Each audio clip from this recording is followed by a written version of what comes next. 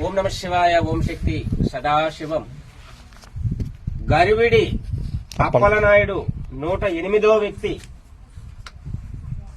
తాను తన కుటుంబం సంతోషంగా ఉండాలని అమ్మవారి కాడికి వచ్చున్నాడు. నేను మందు మానుతాను అని చెప్పడం జరిగింది. మేమొక్క చెప్పే విధానానికి తాను అంగీకరించున్నాడు.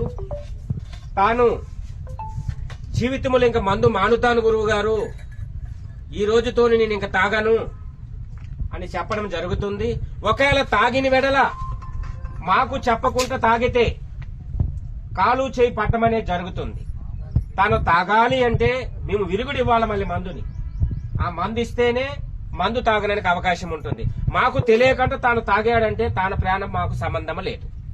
తాను అన్నిటికీ సిద్ధమై ఉన్నాడు, మందు మాంతానన్నాడు. అందువలన ఈ పసరనేది తానగా పోయడమనే జరుగుతుంది. తాగునానా? ఆ పసరతో పాటు ఈ మందులో ఇంకొక పసరను కలిపి ఉన్నాము. ఇది నన్ను తాగండి. ఈ పసర చేత్తో పట్టుకున్నాను, రోజు తాగుతుంది, ఈ రోజు కొత్త అనేది జరుగుతుంది. ఆ అమ్మవారి ఒక ఆశీస్సులతో, మా గురువులు నేర్పిన ఒక విద్యతో తాను తన కుటుంబం సత్యశ్యామలంగా ఉండాలని, తన జీవితంలో ఆ బుద్ధి పుట్టకుండా ఉండాలని కోరుకుంటున్నాను. ఇదండి, ఒక్కసారి ఇది నవలండి. ఈ పక్క 2 నవలండి.